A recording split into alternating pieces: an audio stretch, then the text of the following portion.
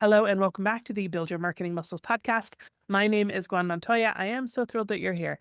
I'm a marketing strategist and my work focuses on helping you gain confidence in your marketing, doing it more effectively, and yes, building those marketing muscles. So today's topic is actually a really good example of building that foundation. How do you do your marketing when social media platforms are changing, when buyer behavior is changing, when everything feels kind of tumultuous and you're not sure what your next steps are?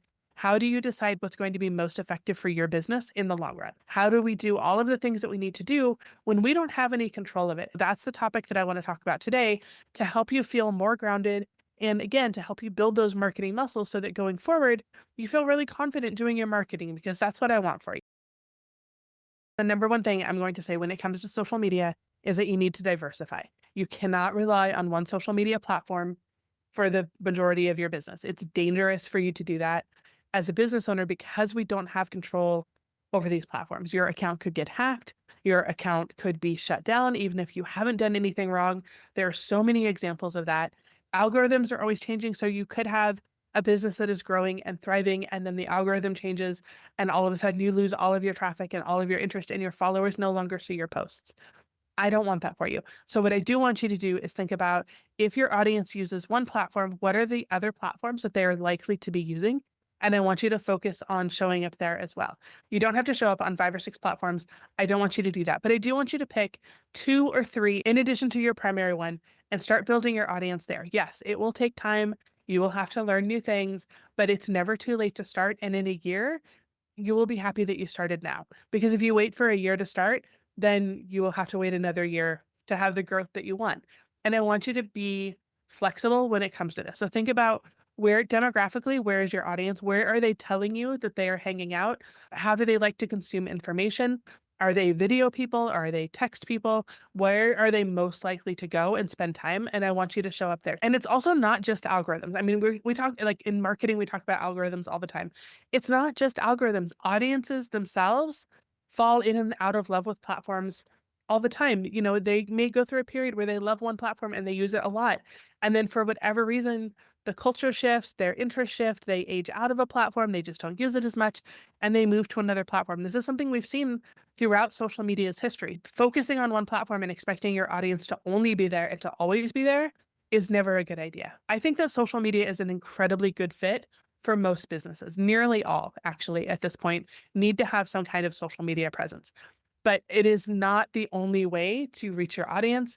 It is not the only way to get sales, and it is not the only way to have a marketing strategy. If your marketing strategy is, I'm going to post on Instagram, that's not a marketing strategy. You're just posting on Instagram.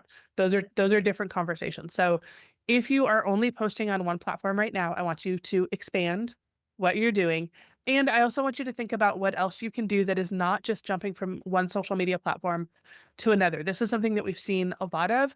Not only can accounts get shut down, et cetera, but you don't have control over social media. And the way that you do, if it is your email or if they are subscribed to your Substack or wherever else you are going to show up. I also want you to be paying attention to your analytics. What's working for you on different platforms? What is your audience responding to? And when those changes happen, you will be able to see them because you are looking at your analytics. If for whatever reason your audience suddenly likes one kind of post over another, you can make more of those kinds of posts to go with your audience and their changing interests. If, however, you're stuck doing the same thing over and over and you refuse to change, even if your audience is showing you that they're not interested in that content or not interested in that particular style of content anymore, you're going to get left behind and you're going to be frustrated and you're going to start telling yourself, my reach is down, social media is terrible, when in reality, the audience and the platform shifted what they want you to do and you didn't want to shift. And that sucks and that's frustrating. But if we're using social media platforms, one of the things that we have to be aware of is the audience will change, the algorithms will change. We have to go with them. And it doesn't mean that you have to follow every single trend. It doesn't mean that you can only use the trending audios or whatever's hot in the moment, but look at the big picture. What are people doing on these platforms? How are they engaging? And at the same time, also being nimble and willing to experiment with new things. Because as I said, our buyer behavior is changing. How people use the platforms are changing. The platforms themselves are changing and evolving. I mean, we've seen such a rise in short form video over the past several years that I've seen a lot of businesses start to experiment with video, and they would have sworn that they never would have done that. But once they did, they realized that their audience really responded to it. So when we're talking about being able to stay current with marketing, being able to stay on top instead of being left behind, I want you to stay open. You don't have to rush in. When I say, try video, that doesn't mean that you have to shift your entire marketing strategy to video only. That's not going to make sense for a lot of businesses. It doesn't mean that you have to show up yourself on video if that's not something that you're comfortable with. There are ways to do it in ways that feel comfortable to you. But a big part of marketing is figuring out how to stay visible to your audience. And if your audience is shifting away from what you're doing, then you have to shift. It's not reasonable for you to expect your audience to shift back to the way that you want to do it. That's just not the control that we have as business owners. Unfortunately, we have to work to get in front of the people where they are instead of expecting the people to come to where we are. And again, that doesn't mean that you have to rush in. It doesn't mean that you have to change your entire marketing strategy. I'm just saying maybe try some new things, pay attention, see how they work, see how you feel about it, see if it generates sales, see if it generates interest, and then make decisions based on that, rather than a hard no just off the bat with no data to back it up. We can also look at what is missing in the market. What is not happening that should be happening? What is a thing that you can do to help you stand out?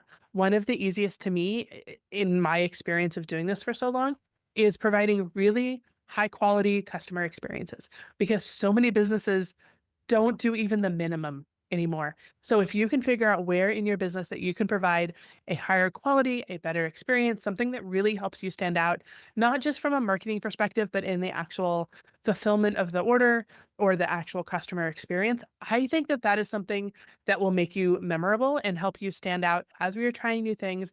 We have to remember that there's going to be a period of refinement, of trial and error, of testing and seeing what works and what doesn't work. And again, looking at our analytics to learn more. Our numbers will tell us things. Our audience will tell us things if we just listen. And it might also be that the offers that we had, they don't resonate in the same way. And so it's not just a matter of, showing up in a new way on social media or sending a different kind of email. Maybe it is the things that we're offering just aren't necessarily what our customers are looking for, or they're not what the customers that we want are looking for. When it comes to figuring out how you're going to market when everything feels like it's changing, are your offers the things that people actually want? Or does that need to be updated too? Because the business world and marketing and everything where it was 5 years ago is not the same place it is now. And if you are still doing things the way that you did them several years ago, again, there's going to be a disconnect and it's going to be harder for you. And I don't want it to be harder for you. I want you to have success in your business and in your marketing. How do we know where we should put our focus when it comes to staying afloat when everything is changing? We can look at our engagement on our social media. We can look at our clicks on our email marketing. We can look at our traffic on our website. All of those will tell us things. We can see, are we getting less traffic to our website than we used to? Why? Why did that change? What can we tweak?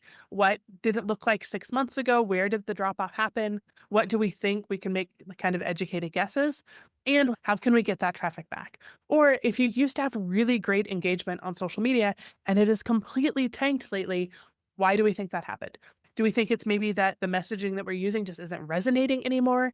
Is it the graphics? Are people really responding more to video and we don't do any video? Or the video that we're doing just isn't hitting for the right reason? We can learn over time what's working and what's not working. And the thing with marketing is that it is a continual evolution. We are always learning and we are always experimenting. We are always looking back. What worked in the past? How can we recreate it?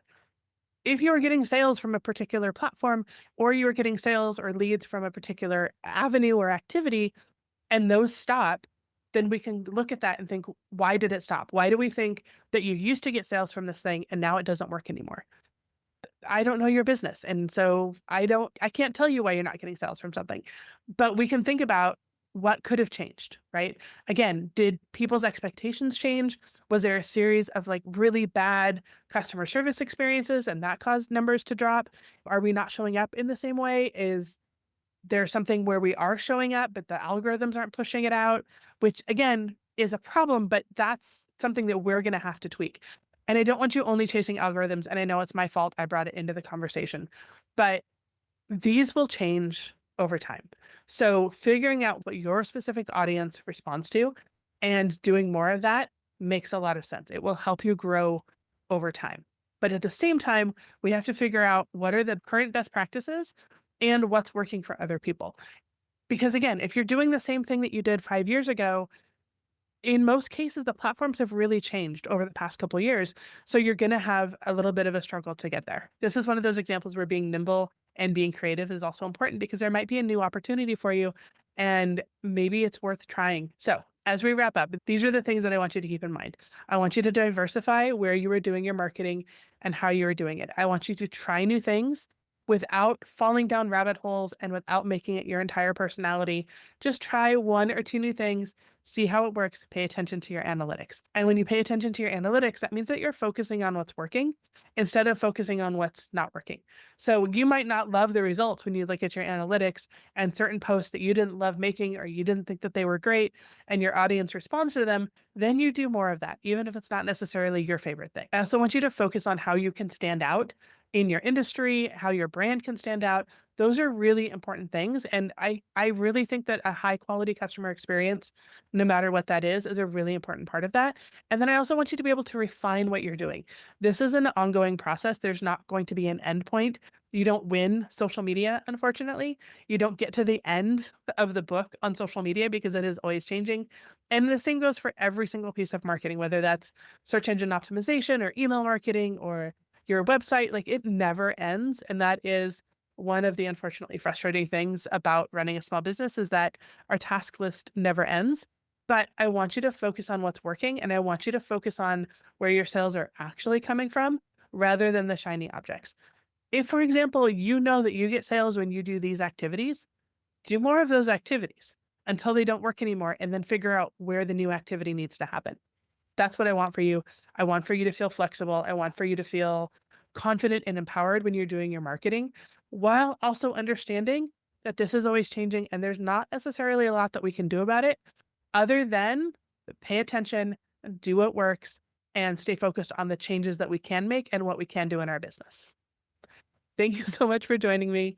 If you have any questions, you can email me, Gwen at gwenmontoya.com. I would love to hear from you.